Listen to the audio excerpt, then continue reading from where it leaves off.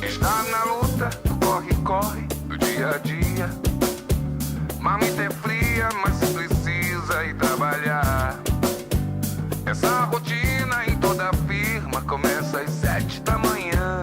Patrão reclama e manda embora quem atrasar. Trabalhador brasileiro, e sem dinheiro vai dando um jeito, vai pro serviço. É compromisso, vai ter problema se ele faltar. Salário é pouco, não dá pra nada, desempregado também não dá. E desse jeito a vida segue sem melhorar. Trabalhador brasileiro, trabalha igual burro e não ganha dinheiro. Trabalhador brasileiro, trabalhador.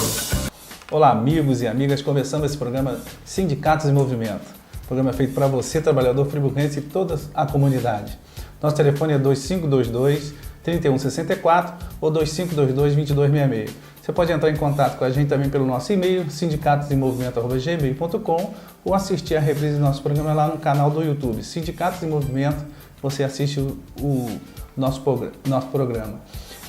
Esse programa tem patrocínio do Sindicato dos Trabalhadores da Indústria da Construção Civil, Sindicato dos Bancários, Sindicato dos Têxteis, Metalúrgicos, temos ainda o apoio dos químicos, professores e do CEP. A intenção desse programa é trazer os debates do que está acontecendo na nossa cidade, no país, né, e nas categorias.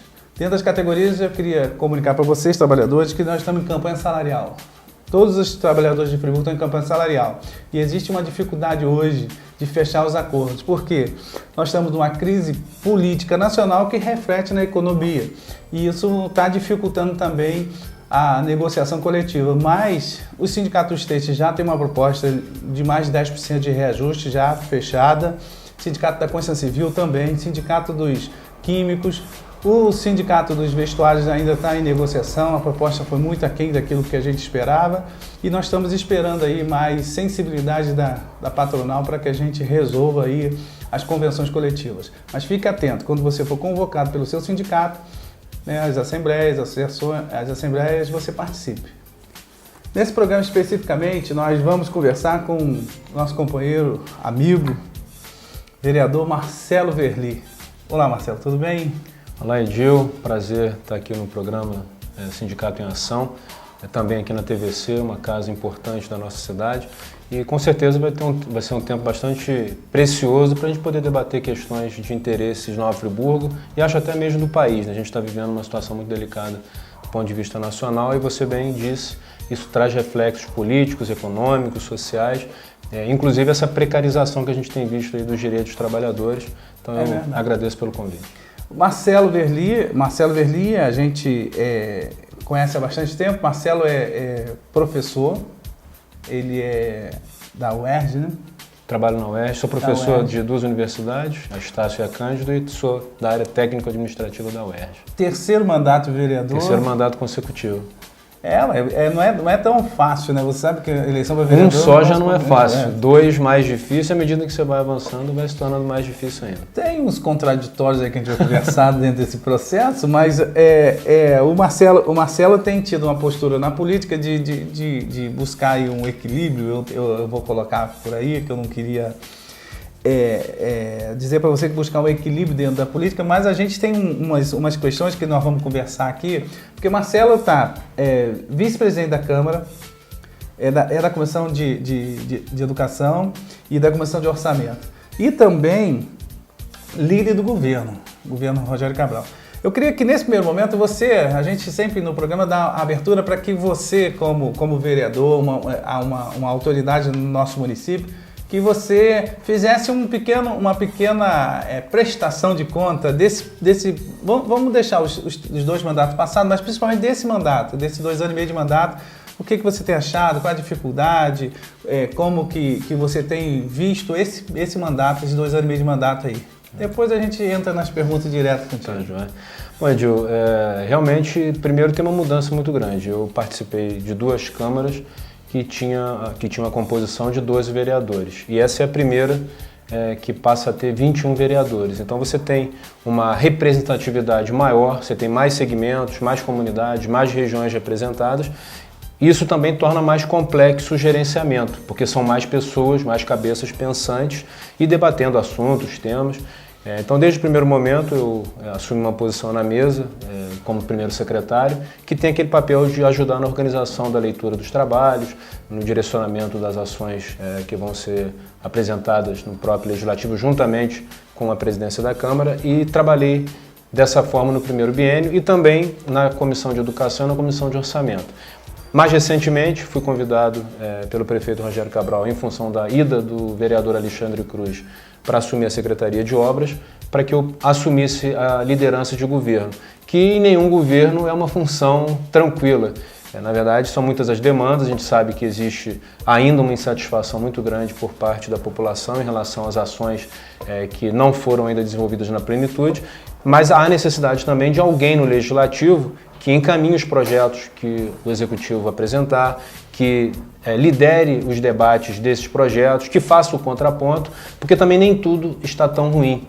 Nós temos muitas ações acontecendo, do ponto de vista da reconstrução, a possibilidade da implantação do Hospital Estadual do Câncer, uma série de outras medidas que vêm sendo adotadas, a estruturação da usina móvel de asfalto, que leva um tempo. Então, tudo isso a gente acredita que ainda no ano de 2015 surta efeitos concretos para a população.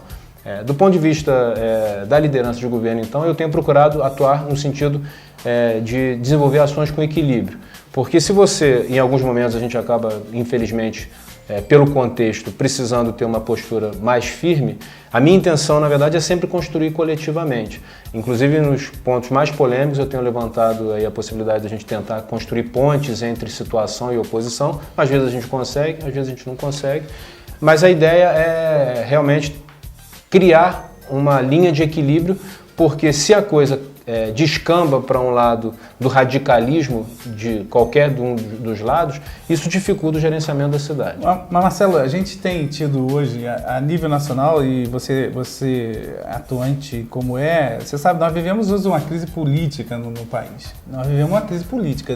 Eu sempre falo assim, nós não vivemos uma crise econômica. Se você tem uma crise no governo, nas instituições, com certeza vai refletir na economia.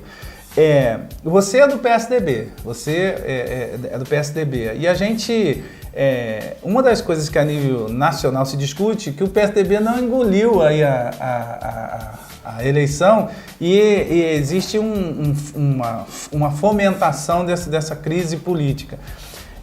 Não sei qual é a sua opinião nesse sentido, mas nós do movimento social, movimento sindical, nós entendemos o seguinte, é importante ter a pressão junto ao governo. A oposição tem que fazer isso, pressionar o governo, porque um governo que não tem oposição, ele acaba muitas vezes acontecendo o que está aí, dessas lava-jato da vida, muitas coisas que acontecem aí. É importante. Como é que você vê essa crise aí nacional, que com certeza reflete aqui no município, que você é líder do governo, que dentro das nossas análises, do que a gente vê, não tem tido uma boa aceitação da população. Você disse aí na abertura que existem algumas ações que estão sendo preparadas para que isso se reverta, mas infelizmente hoje, tanto na saúde, na educação, na mobilidade urbana, eu mesmo vim domingo de Duas Pedras para cá, 3 horas, não era 3 horas da tarde, era 1h30, 2 horas, estavam trocando poste na avenida ali. O engarrafamento estava quase já lá no Prado e não teve um comunicado à população que ia se trocar poste, que não tinha uma alternativa, não tinha um guarda da Altran orientando, não tinha nada. Então a população fica sempre refém dessa falta no meu entender, falta de governo. Se a gente pegar do início da campanha eleitoral até o final, inclusive no segundo turno, o quadro sinalizado pelo governo do PT era totalmente diferente do que aconteceu pós-eleição. Se falava que não havia crise econômica, se falava que não havia nenhum tipo de risco de aumento de inflação, que as tarifas públicas estavam controladas, que a proposta do candidato Aécio conduziria o país a um radicalismo de direita.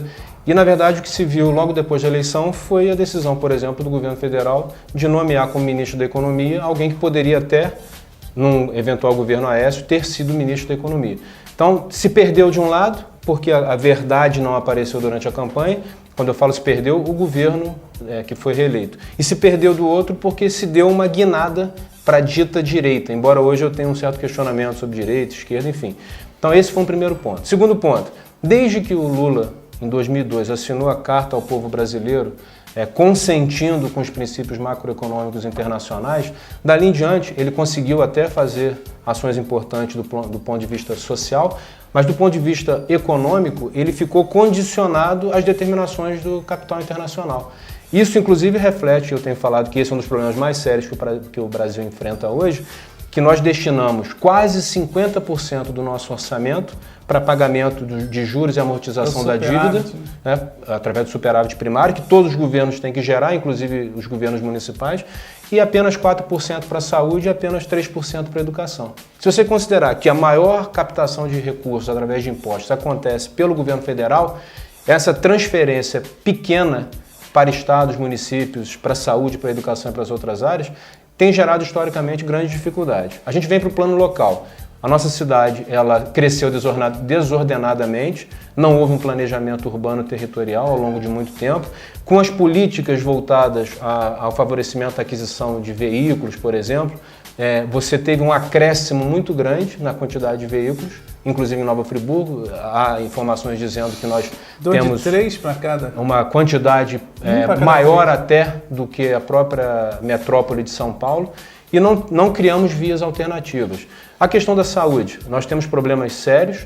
Acredito até que a migração da antiga Fundação Municipal de Saúde para a Secretaria de Saúde na reforma administrativa apresentada pelo governo possa ter agravado essa situação, que não é uma situação específica de Friburgo. Eu não conheço, estou te falando porque eu leio e procuro me informar. Mas através ali do conselho, por exemplo, existe, isso você falou na questão da saúde, mas existe uma resistência, existe um conselho municipal atuante. Muito atuante, muito atuante. E o próprio conselho pressionou para que isso não acontecesse, a questão da transferência ali, mas aí talvez nos faltou interlocução entre a sociedade, o governo e a sociedade para entender isso. Existe um entendimento que vai se dar ao governo a forma que ele considera ideal para gerenciar a administração pública. Eu, pessoalmente, hoje vejo que a migração da transformação a extinção da fundação e a gestão direta pela Secretaria Municipal de Saúde atravancou. A minha avaliação de tudo que eu tenho visto é essa. Agora, entendo também que boa parte dos problemas aconteça em decorrência da ausência de financiamento. É o que eu estava falando. Eu não conheço hoje pelo menos não tenho visto notícias de municípios que estejam muito bem na área da saúde pública. Eu vejo, existe uma aliás, a saúde pública é o serviço mais mal avaliado de todo o serviço Existe no uma país. crise nacional, isso a gente não tem... Mas tem gente querendo esquecer que é uma crise. E às vezes esquece até que, como faz parte de um partido que faz parte de um governo federal, também não é responsável pela crise. Marcelo, mas o que acontece? Existe uma crise nacional. Isso eu entendo isso. Qualquer um vai defender, eu acho que existe uma crise nacional da saúde, existe uma crise institucional, tal.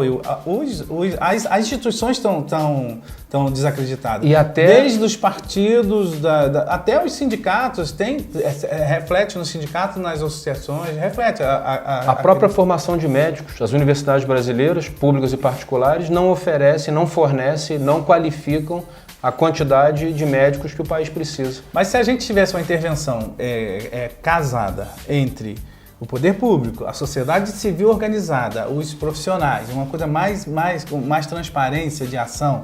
Porque, por exemplo, nosso tempo é muito curto. Você notou que o cara já está lá levantando o dedo. Mas por exemplo, existe uma proposta de CPI na Câmara. Vocês até criaram uma comissão de acompanhamento e tal. Nós, no movimento, defendemos a CPI, uma vez porque a CPI ela abre um leque de discussão. Mas, por outro lado, ela também pode dar em nada. Isso também tem todo um desgaste. Não é só isso. Nacional. Além dela poder dar em nada, hoje o problema da saúde é debitado à gestão do governo municipal. Eu, pessoalmente, entendo que o governo tem responsabilidade. Ele não teve que assumir a responsabilidade. O governo tem responsabilidade. Só que, num cenário de escassez de recursos e de priorização de pagamento de juros e amortização da dívida, com apenas 4% de investimentos em saúde, O governo federal tem uma enorme responsabilidade pelo caos da saúde no país inteiro. Eu sei, mas então aí eu quero assim, o responder... governo joga a verba. O governo federal ele tem responsabilidade, eu sei. Se você pegar pela estrutura... Joga muito menos do que deveria. Mas aí é o seguinte, você joga a verba. Igual a gente aqui, eu tenho um orçamento. Eu Edil, tenho um orçamento e você tem um orçamento. Familiar, eu acredito pessoal. que o seu orçamento seja maior do que o meu, mas eu tenho um orçamento. Mas não acredito que você trabalhe tão menos quanto do que eu. Não estou brincadeira com você, mas a gente tem um orçamento. E a gente trabalha dentro do nosso orçamento.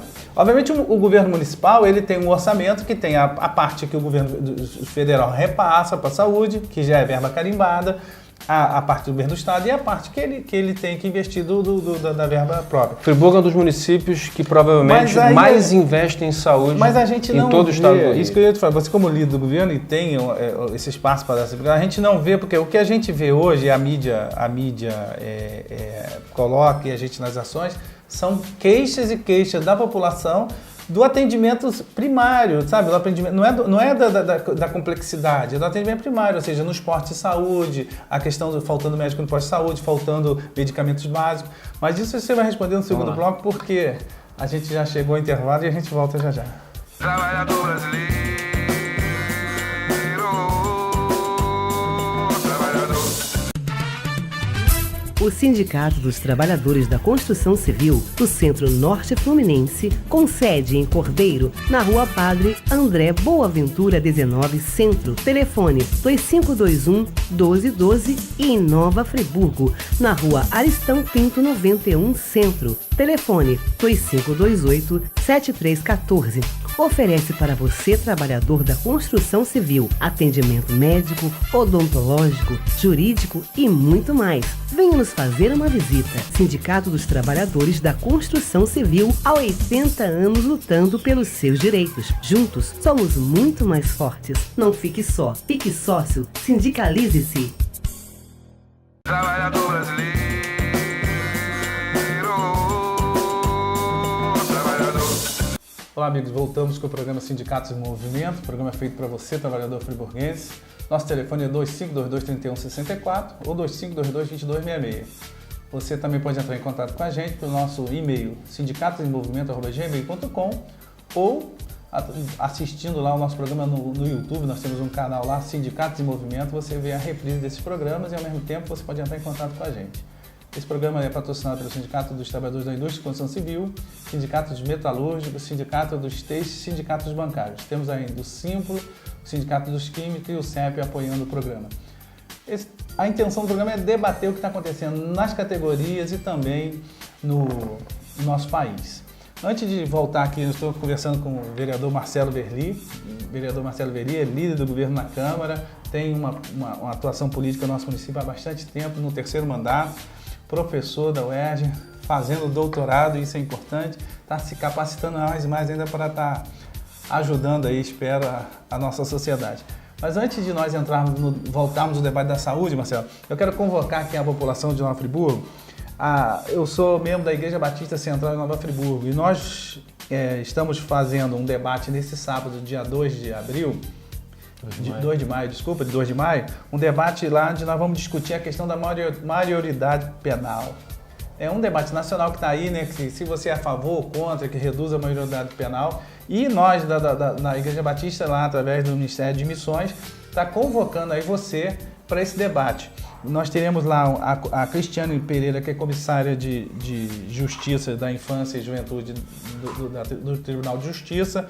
Nós teremos o Jaime Melo, que é sargento da Polícia Militar, e a Simone Bezerra, que é doutora em Educação do Cefet. Então nós vamos fazer uma mesa de debate onde que você vai poder também participar, colocar a sua opinião. É um tema importante, né, para toda a sociedade friburguense, para toda a sociedade brasileira, essa questão da discussão da maioridade penal.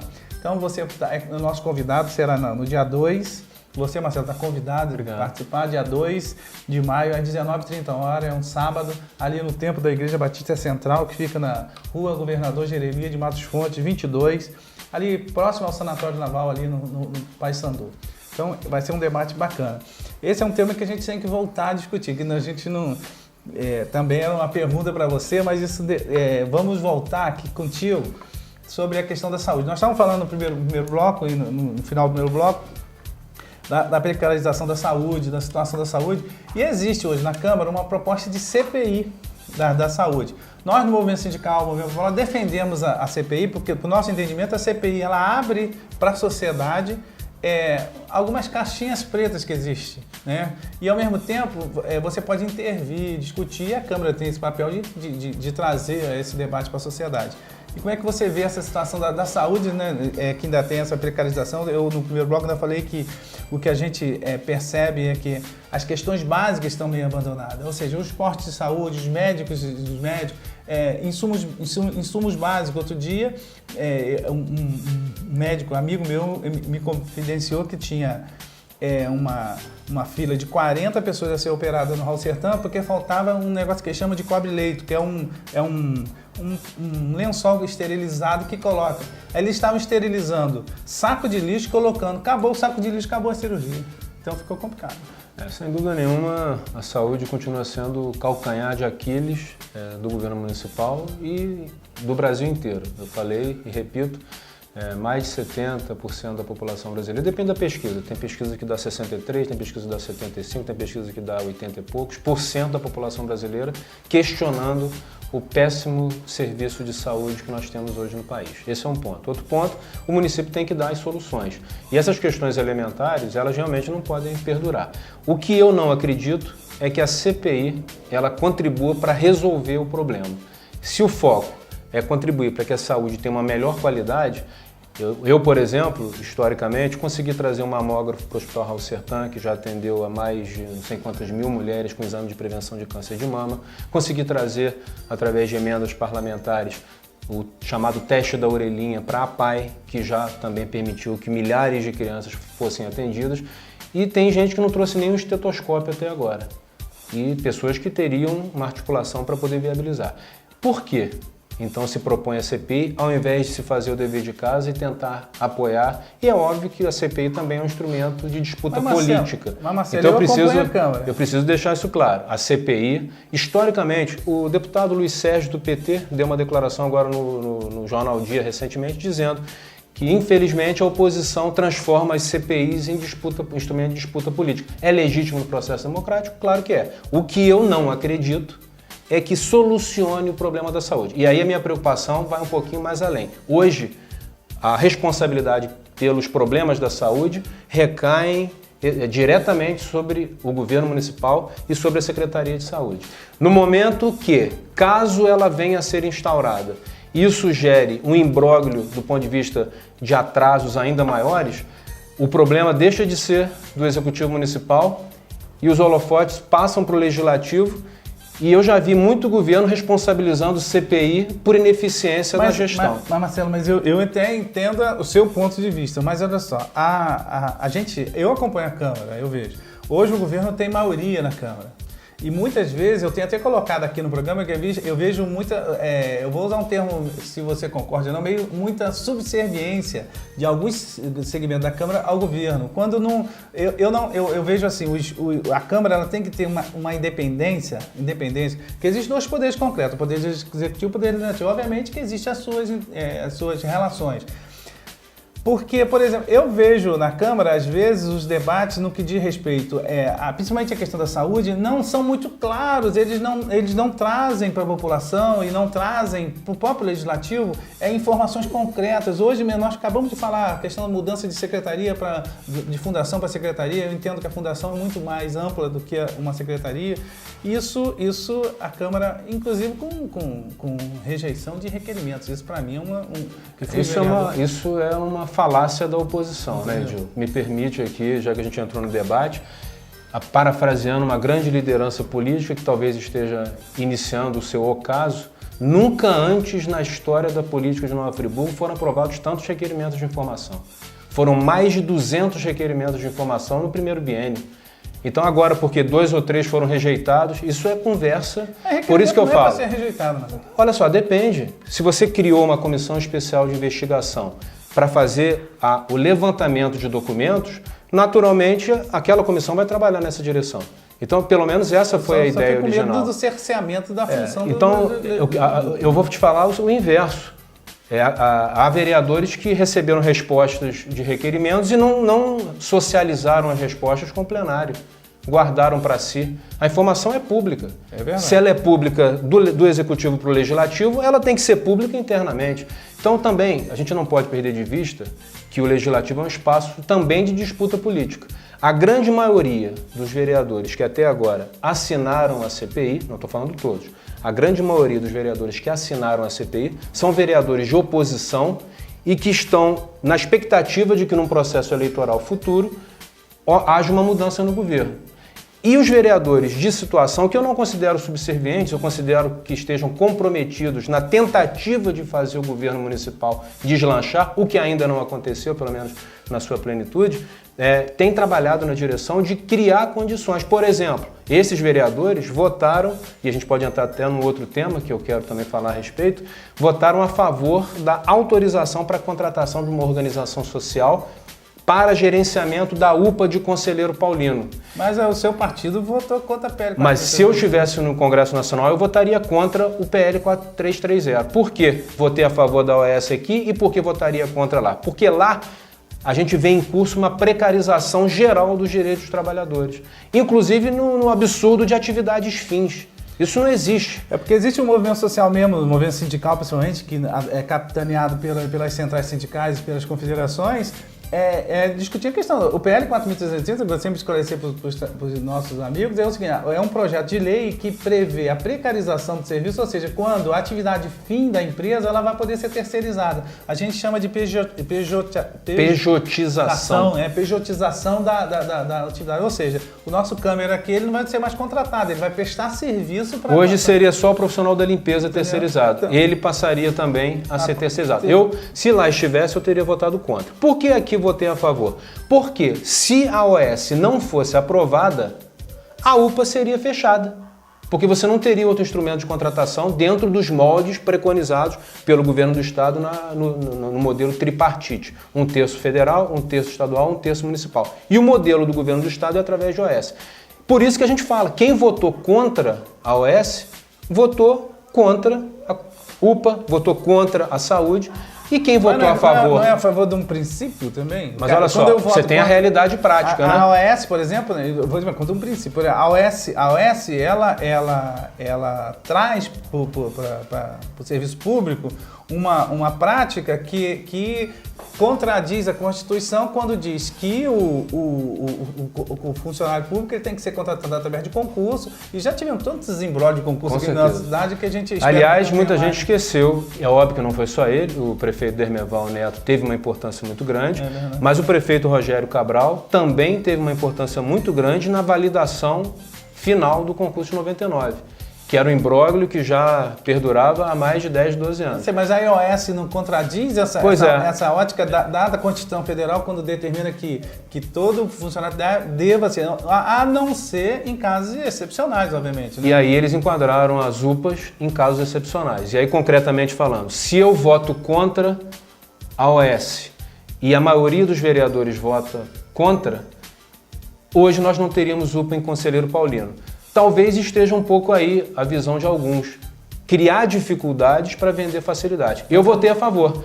Preferiria ter votado a favor de um projeto que fosse através de concurso público, seleção pública, com vínculos estáveis, definitivos, mas não foi esse o modelo que o governo do estado e o governo federal apresentaram. Marcelo, eu vou ser mais coisa ainda. Por exemplo, se você tem hoje no Brasil em curso aí um projeto, uma investigação do cunho da Lava Jato, né, que você vê que todos os partidos, com exceção do PSOL, né, que eu não vi do PSOL, alguns partidos menores que estão envolvidos nisso. Mas todos mas tem os partidos dominantes, né? Tem os partidos dominantes. A gente não pode esquecer os partidos dominantes. Eles estão mesmo, os partidos PT, PSDB, DEM, PL, os partidos maiores, PMDB, que não vou esquecer do PMDB, tem um braçozinho envolvido. Mas aí isso... A gente poderia hierarquizar melhor. Você colocou PT, PSDB. O PSDB é oposição ao governo federal já há alguns anos. E, infelizmente, isso tudo que a gente tem visto aí, a gente espera que a gente passe a ter um marco zero. Eu não vou debater com você Vamos debater, o Lava Jato, que depois, daqui a pouquinho, a gente vai ter mais programas. O cara já está levantando o dedo lá pra gente. Mas uma questão por exemplo, a OS ela não cria também uma abertura, essa que o governo do estado fez para facilitar esse tipo de ação dentro dos governos, no sentido isso é o que preocupa. Edil, eu acredito que aonde há o ser humano, há a possibilidade do erro. E existem todos os mecanismos que são voltados para combater. Eu quero dizer concretamente falando que se a Câmara tivesse rejeitado o projeto da OS para a UPA de Conselheiro, a UPA teria sido fechada.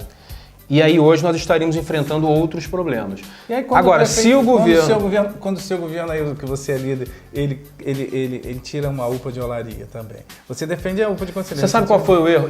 Olha só, eu sou a favor da UPA de Conselheiro, sou a favor da UPA em Olaria, sou a favor da UPA em Campo do Coelho, sou a favor de uma UPA em Lumiar, a favor de uma UPA em São Pedro da Serra, uma UPA no centro. Eu sou a favor de UPA em tudo quanto é lugar. E se tiver que passar através de OS na Câmara e eu lá estiver, eu vou votar a favor. Isso é uma coisa.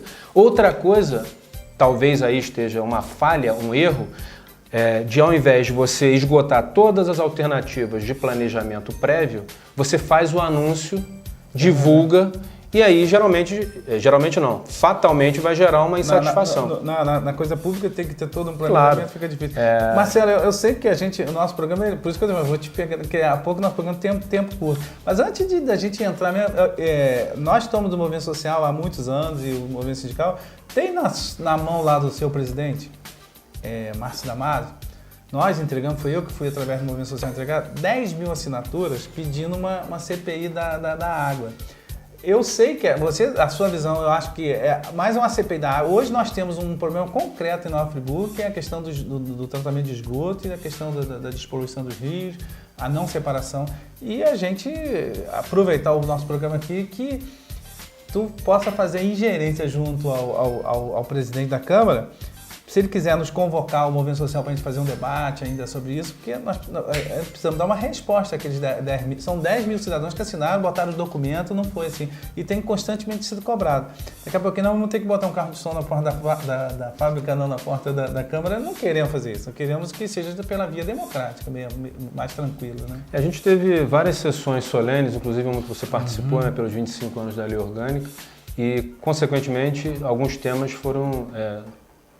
ainda que preliminarmente, deixados no segundo plano até que essas sessões transcorressem. Terça-feira a gente tem uma última sessão solene, que é a entrega da medalha Eloneida Studart, em homenagem a mulheres que se destacam em Friburgo. A partir de quinta-feira a gente retorna aos trabalhos normais e a gente vai se debruçar sobre essas questões da saúde, da águas, né? Há um certo questionamento que a população faz em relação a isso também. E tudo aquilo que a gente puder contribuir para que soluções sejam apresentadas, eu vou estar sempre à disposição. O meu foco é na solução. Né? Eu não gosto de criar... Já existem muitos problemas, Edil. Meu foco não é na criação de novos problemas. Eu tento trabalhar na busca de soluções. Então, na busca de soluções, nós vamos chegando, se avançar um pouquinho, depois eles brigam com a gente aqui, mas não tem problema. Na busca de soluções, e a gente recebeu nosso programa, nós temos o pessoal do CEP, da educação. Você é um vereador e é vinculado à educação, é professor, você tem toda uma vinculação com a educação. Como é que você lida com essa situação do projeto, né, do plano de cargos e carreira para o pessoal da educação, pessoal do apoio? Como é que está o seu posicionamento? E esse foi um questionamento que o pessoal do CEP pediu para que eu fizesse contigo. E outra questão, tem algumas unidades que estão com as estruturas totalmente precárias, algumas creches, e qual é o projeto para que isso venha a ser resolvido? Não é porque eu vou te dar esse finalzinho para você... Gil, eu vou dizer, eu tenho 15 anos de vida pública. O ano mais feliz, em que eu mais produzi, em que eu me senti mais útil e mais realizei a favor de Nova Friburgo, foi no ano que eu fui secretário municipal de educação. Nós realizamos um trabalho maravilhoso, com apoio de quase 3 mil profissionais, com apoio de todas as famílias, e isso gerou muitos resultados. E muitas coisas que hoje estão aí sendo debatidas, por exemplo, a ideia de realizar um contrato de manutenção e conservação das escolas, essa ideia surgiu naquele período que nós tivemos na secretaria. A prefeitura encaminhou também, publicou um edital para a realização desse contrato de manutenção, e aí o Tribunal de Contas fez algumas exigências, a prefeitura está cumprindo essas exigências para que então seja publicado novamente e a gente possa ter uma estabilidade, uma continuidade na prestação desses serviços de conserto, manutenção, reparos, além de algumas unidades que precisam ser construídas novamente, como por exemplo a JK lá em Varginha. Então a gente está atento a isso. Em relação aos profissionais, o que eu quero dizer é o seguinte, especificamente em relação a esse projeto, embora possa ser difícil para as pessoas me verem dessa forma, eu deixo de ser líder de governo para ser presidente da Comissão de Educação e para defender os interesses dos profissionais envolvidos. Nenhum aspecto do plano que coloque em risco qualquer direito já adquirido vai contar com o meu apoio. Pelo contrário, eu vou combater. Se a Prefeitura está refazendo o projeto, foi porque a gente fez audiências públicas. Então, meu compromisso temos ainda muito pouco perto do que os profissionais de educação fazem e realizam por Friburgo. A gente não pode ter nenhum decréscimo, é só daqui para cima, até o dia que o nosso país acorde para a educação, que ao invés de 3% invista 6, 8, 10, 12, 15, a proposta e você tenha no PIB da educação, e que aí você tenha realmente uma valorização. Do meu ponto de vista, o que eu puder fazer vai exatamente na linha de garantir melhorias, nenhuma perda. Marcelo, infelizmente nosso tempo ele é curto, mas infelizmente não, a gente tenta pelo menos para ser mais direto e aí a gente espera que você volte aqui mais vezes e o programa está aberto à sua participação. Esse programa é para isso, é para trazer assim, a você, telespectador, o que está acontecendo na nossa cidade, as visões, às vezes, que não pode ser igual à nossa, mas ao mesmo tempo que tenha espaço para se esclarecer junto à população. Queria deixar aí o tempo final para suas considerações finais. Eu primeiro parabenizar aí pelo trabalho que você faz na cidade. Eu costumo dizer que você, como primeiro vereador do PT, na época que o PT era o PT, né? Andando de estrelinha. Você realmente fez um trabalho importante até hoje, né? A sua atuação nos movimentos sociais. Parabenizar pelo programa, agradecer pela oportunidade, é sempre uma honra poder dialogar e acho que esse contraditório ele faz com que a gente cresça, porque eu passo a pensar no que você disse, no seu ponto de vista e vice-versa, e a gente pode construir alternativas melhores e desejar a todos aí uma excelente semana, colocar nosso mandato à disposição.